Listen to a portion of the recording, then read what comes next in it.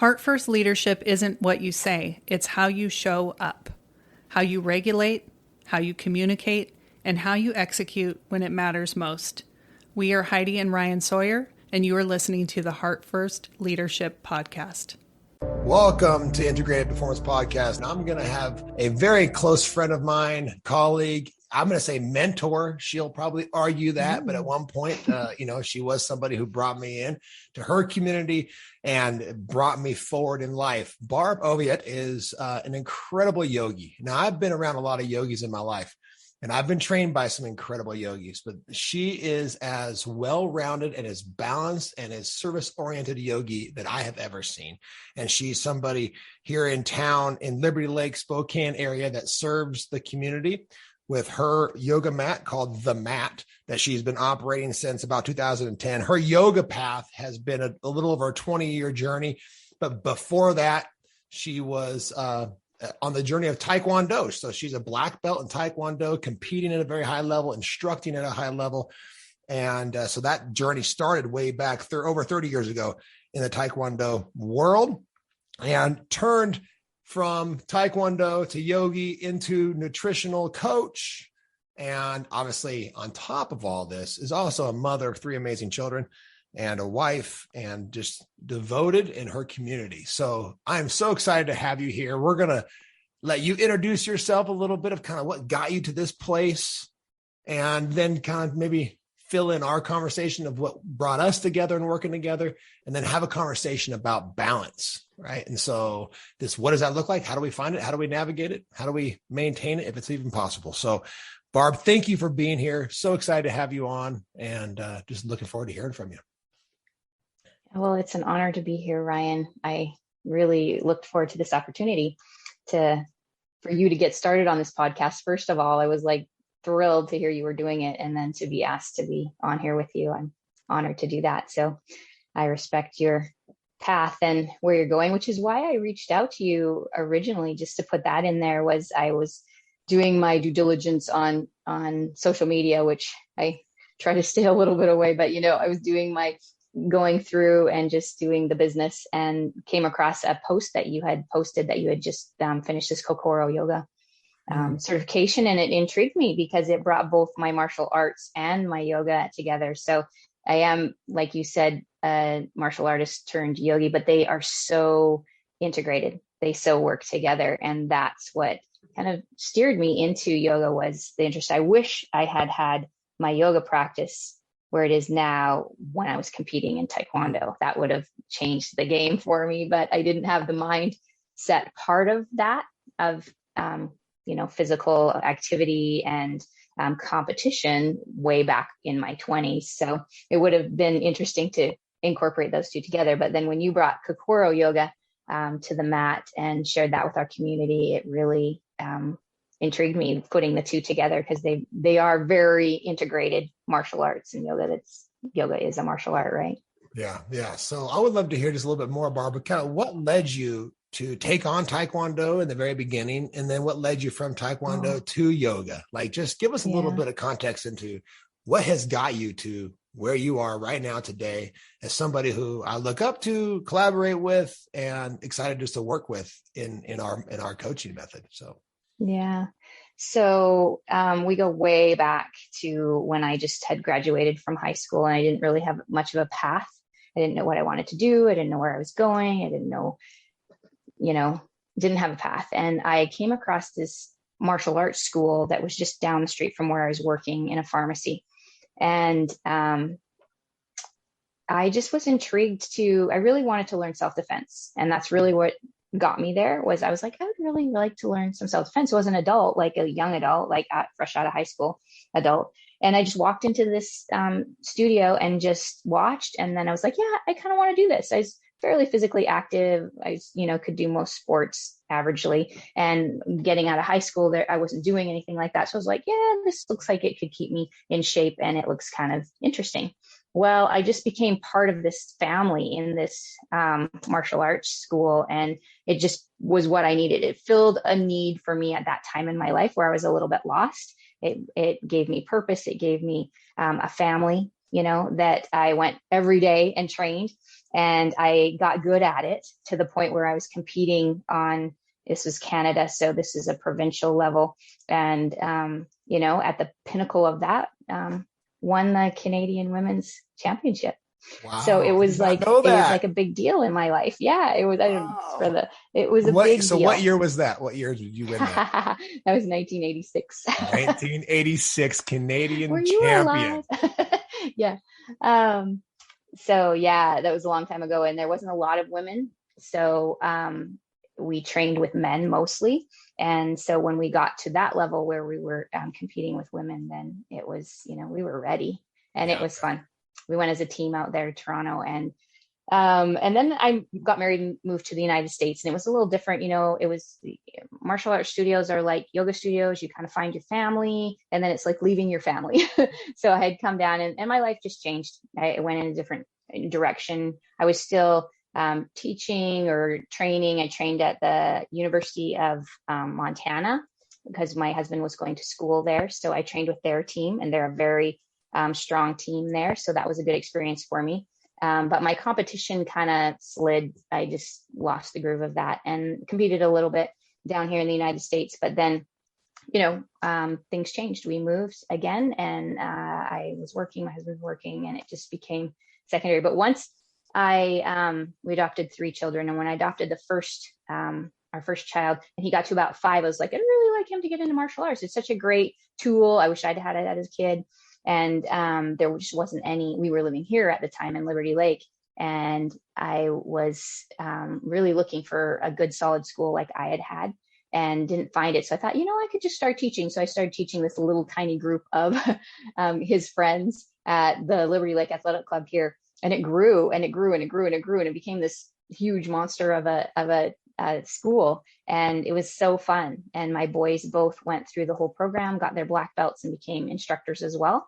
And we created this Liberty Lake Taekwondo school, and it was awesome. And it still is going today. Of course, there's other coaches that are running it, but it's been just a great thing in the community to help primarily kids, right? Like this is sort of kids get into it. I got into it as an adult, and some adults do, but it really helps kids build character, self-discipline, all of those things that we're teaching in this program as well. They learn that through martial arts. And so this program that we're talking about is so connected with what we teach in martial arts. Yeah. That's excellent. And the integrated approach is beautiful when you start to bring things in, where it's like you're able to connect these dots. Like, it's martial arts is a lot like in yoga, it's just like this, and you create this way of just being in the world, right?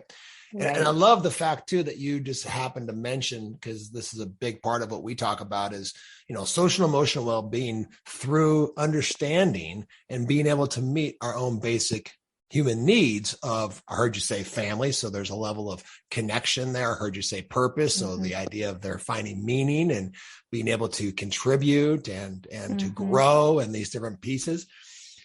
So all of those checked your boxes. And for you to be aware, like, this is important. We have to understand, like, this is, if there is a hole in our life to a certain degree, like that's some sort of basic human need that's not being met.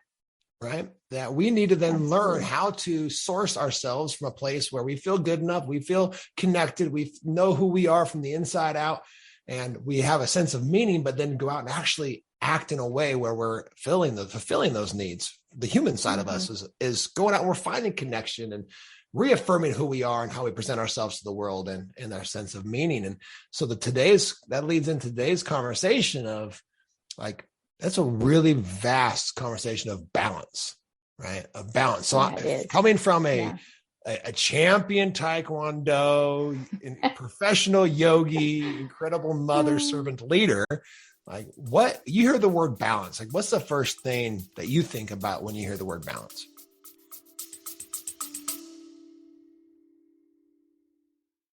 We are all leaders. If you're ready to stop waiting and start impacting your environment in a powerful way, we want to connect with you.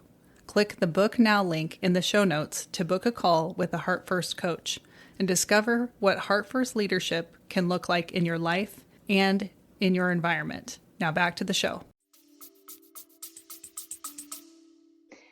when you first said, how about talking about balance? The first thing that came to my mind was, oh yes, this is great. It's like you said, it's very vast, but in yoga, there has to be like a physical balance. And I talk about it a lot, like from your foundation, meaning your feet, like you get your feet on the mat, and you have to be able to find balance. And so many people struggle with that, like just actually lifting one foot up off of their mat and finding balance on one foot. So we can talk about it like that, like physically finding balance, but it's so much more, right? Like if we can't find that, it's more than just you're struggling with your core strength or whatever it is. Like your mind's probably all over the place. And in order to really find balance, we have to have opposition, right? So I can't just look at my feet and hope that I can find balance from there. I have to have like a lift from my sternum, and I have to have this core engaged, and there has to be opposite muscle movement in order to find the balance. And that's what we are talking about in the integrated performance tools that you've given us. Is there has to be opposition, right? In everything. There's opposition in everything we do through life, the pleasure and, pain and, suffering. And, there has to be opposition in all of those things in order for us to really, truly find balance. So for me, as practicing yoga or coaching yoga or being a mother or being a wife or, whatever it is, I have to find balance in all of that. It can't be, and there's been, and I'm not saying that I'm like the master of that. I think we all have to work at that, like on a daily basis. I have to work on, the balance of taking care of myself as well as taking care of my family, or, and all of that, which are the tools that we learn so much from this integrated performance. Well, I want to go back just a little bit, because I wrote down one of the very similar notes of like, okay, well, if I think about it in terms of the physical form of yoga, right, and the actual like asana practice of movement and breath, where most people think of yoga, that's what they think about, right? They think about stretchy bendy. They think about, a yoga class and an instructor in the front and upward dog and downward dog. And, and so I thought, okay, well, one of the poses that's, kind of based in balance at a foundational levels is a mountain pose, right? Well, mountain poses, obviously we have both feet on the ground. So like how much balance is actually achieved by just standing there? Well, there's some, but it's not going to be, most of us should be able to feel fairly balanced by just standing with both of our feet on the ground, right? So we have to push ourselves a little bit physically to find physical balance, meaning that maybe I have to go into tree pose where I'm taking one foot up off the ground, and whether I place that foot on my calf or on the inside of my thigh or wherever I'm placing that foot. And okay, then there's another level of balance that has to be created. And I can make that harder by even, okay, now try closing your eyes and watch what your mind does and how you lose focus. And you begin to like have this extra level of chatter. Like, well, I can't keep balance with my eyes closed, right? I mean, that's what happens to me anyway. And then you can go into say, okay, once you find balance in the tree pose, then it's okay, work forward into warrior 3, where now, my one foot is still on the ground, but my body is horizontal, and I'm working to stretch my arms up over my head or whatever that may look like, whatever version of warrior 3. But this idea that if we can create stress, right, good stress, resistance, physically, then we're going to be able to bring ourselves back into a place of balance and be even more balanced in that tree pose, right? So balance is sometimes confused with comfort, and I don't believe that balance is found through comfort. Does that resonate with you? Yes, totally. I think that I think it's human nature. We want to be comfortable. We don't necessarily want to work. Like today in class, for whatever reason, I had like 3 people in class who could hyperextend. And to me, that's a good example of, so I just broke it down. We stopped and we looked at that, and like hyperextending joints, there's no balance there. So then there's no strength because they've gone past the point of where the mobility of the joint should be. And so we have to back up and find maybe physical balance so that the muscles around that joint are going to strengthen and hold that joint where it needs to be. So like sometimes balance means pulling back, right? Or stepping back a little bit. But yeah, I totally agree. Like, even if we go into like talking about martial arts again, when I coached martial arts, the kids would, or myself even, like, we would train and train and train and train and train, and we get really comfortable and we're like really good and we're ready to go. And then we get to competition and, it's scary, right? It's uncomfortable. And it's like, oh no. And the kids would then, break down in crying or whatever it was. And it's this resistance of, I don't know what's going to happen and I'm scared. And so we work on finding that balance of pushing past that uncomfortable and just moving into this space of, oh, let's see what's going to happen. Of course, we need to feel safe, right? But once we reassure the child, oh, you're going to be safe because I'm here coaching you. And if anything, it doesn't look safe, then I'm going to stop it. So you go in there and you just do what we have trained, right? What we've trained, and finding that balance with kids or with any of us. It can be applied to anything, right? Like anything in life, like something scary, like yesterday. So you're working with my daughter who's 15 and totally good with that being out there. Yeah. And she is learning these tools. So yesterday she wanted to buy batteries for something. And so I was like, okay, I'm going to drive up to the front of Safeway. I'm going to let you out and you go buy the batteries. And she instantly went into, oh, I can't do that. I can't do that. Never mind. I don't need the batteries. No, it's okay. I don't need the batteries. And then she went into the whole, oh, my anxiety, right? And so I pulled over, parked the car, and I said, hey, let's just break it down. Like, what are you feeling? And I went through the steps of, well, how does that make you feel? And just everything we've learned, you don't own anxiety. You're feeling a little anxious because you haven't gone into a store by yourself and bought something maybe ever. And so all by yourself, right? Mm-hmm. Like, yeah. And so that sent this bit of fear, same thing, right? Like I had to take her into this place of, oh, you've done that with me a million times, but now going out on your own, it took you into this place of, ooh, that makes me feel anxious. Like, I'm not sure how that's going to work. How's that whole transaction going to work? How's it going to work in the ring when I don't know who I'm fighting? I don't know what they're going to do. Same idea, right? So finding this balance of regulating ourselves and being able to practice that. And if we go back to the physical form of yoga, we have to practice balancing, like physically, in order to get good at it. She's going to have to practice finding that balance of her feelings and being able to push into the uncomfortable in order to be good at it and just be like, oh, yeah, that made me feel a little bit like this. Now, if I would have known that, if I'd have had that tool when I was competing, it would have changed the game. So for athletes, I think learning these tools and finding this balance of, I'm a little bit scared, but I'm also super anxious about seeing what's going to happen here. Am I going to win? Am I not going to win? Like we talk a lot about that, right? There's no losing in life. Right.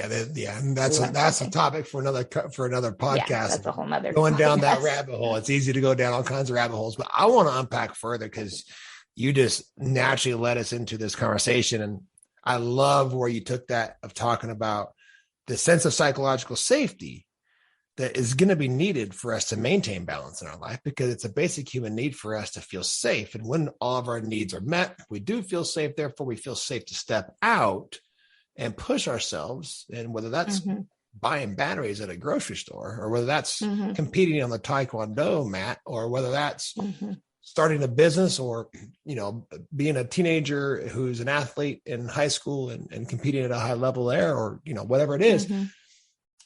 This ability to self-soothe, this ability to regulate, this ability to be able to feel something, but not attached to it. And then we had this conversation, and I remember way back in my own journey of overcoming, dark, deep depression, saying this and actually labeling it, saying, oh, it's mine.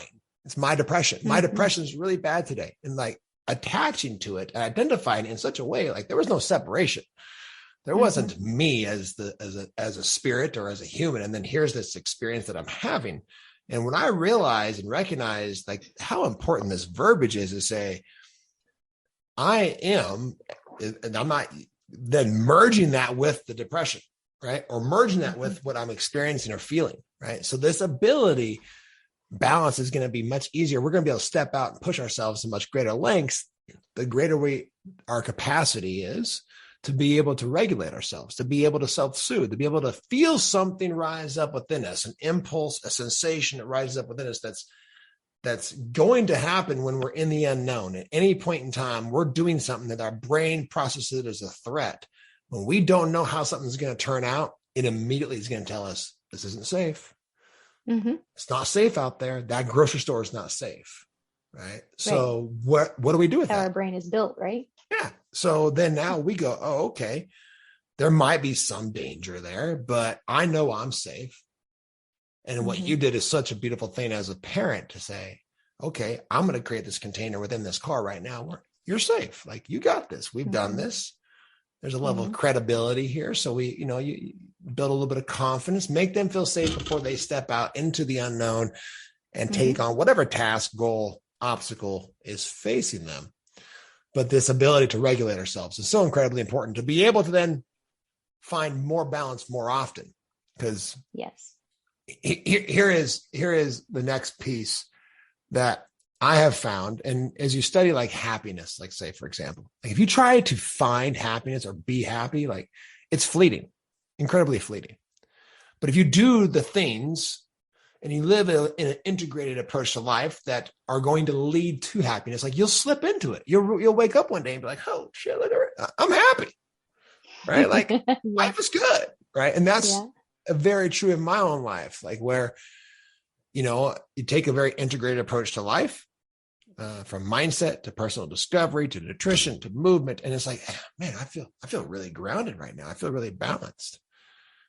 So you're taking this integrated approach to life where you're able to slip into the balance, because if you try to find balance, I believe it's fleeting.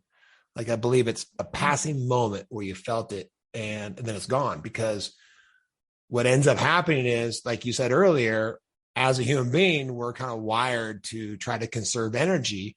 So like comfort is kind of like, ooh, that's safety. I'm good here. Everything's kind of really good in life. Don't disturb it. Keep things in this little container of happiness and of balance, because if you shake the ship a little bit, something might fall out. Whereas in all reality, we need to be able to, push ourselves outside of our comfort zone a little bit, but then be able to regulate. And then I believe, instead of, if we try to find balance, we're kind of walking a tightrope, right? If we, I'm trying to find balance. Oh, there it is. No, it's gone. Where it is. There it is. Now it's gone. Whereas if I take an integrated approach to life, that I can have an experience where it's more like walking down a sidewalk, and my life feels balanced. Where if I don't pay attention, I might walk off the edge. But most of my life, I feel pretty grounded and balanced because I'm doing all these things on a daily basis, on a weekly basis, right? Does that make sense? So this importance to regulate is what you brought up, to feel psychologically safe, to create this environment, you as a parent, as a leader, as a coach, as a teacher, creating this environment within yourself, regulating yourself. Therefore, the person that you're impacting feels safe to set out to create more balance in their life. Yeah. Yeah.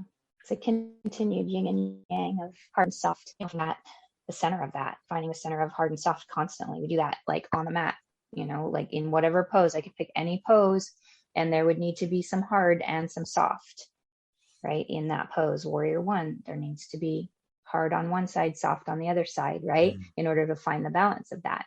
Triangle, I could pick headstand, handstand. There has to be some hard and some soft. I have to be integrated into my foundation, right? Anchored in, but I also have to be soft in my spine in order to find balance. So a handstand is a great example of physically finding balance, because so many people struggle with it because they're all just like, it's so hard. Everything's hard. And so once they find the soft in the handstand, they find balance, right? That's interesting. Okay. So let's take this into the application of life. Like, I'm somebody who is listening to this podcast right now. I'm intrigued by this idea of taking a fully integrated approach to life, everything from movement, nutrition, mindset, personal discovery, personal philosophy, all these different pillars that we've talked about, that we'll continue to uncover and talk about. Like, for you, where do you start? Where would you have somebody start to find balance in their life? Like, what's like the number one thing? Let's get this squared away. This is important. This is going to help you find more balance. You mean just in like, give me an example of what our life. I'll give you an example. So yesterday, Lizzie and I were having a conversation, and she decided to pack abs. And I said, oh, I can totally tell you and show you how to get there, like completely. And I said, a six-pack starts in the kitchen. And she was like, what? And I was like, yeah, you have to have the nutrition piece. You're never going to get a six-pack of abs if you're not doing the nutritional piece of that. And it's very aggressive in order to find that. And you're not going to be able to sustain it for a really long period of time. You can get a six-pack and you can sustain it for a while, but that's not balance. God didn't make us that way with six-pack abs, right? We have to have that balance. We can certainly get there, and we're going to work on it. Her and I are going to go for it for 30 days and see how well we can do. But then we have to find balance in that, right? Like your body needs carbs and it needs fats, and in order for your body to function the way God intended it to. If we take all the carbs out, our brain isn't going to work very well, so there has to be this balance. Your body needs all those things. And yes, we can create this and we can go off balance for a little while, but at some point we need to shift back. And there's the yin and the yang. Why do I want to achieve? Why do I want to get that six-pack abs? So I look really good at the beach in the summer. Okay, let's do it. And then let's find balance. Let's come back off of that and know that we don't have to swing from extreme to extreme. So coming back to your question, if somebody comes to me and they want balance in their life, I would, narrow that down to like what? Like spiritually, physically. Thank you for listening. Remember, leaders go first. Alignment matters. And the environment that you create is the legacy you'll leave. We'll see you on the next episode.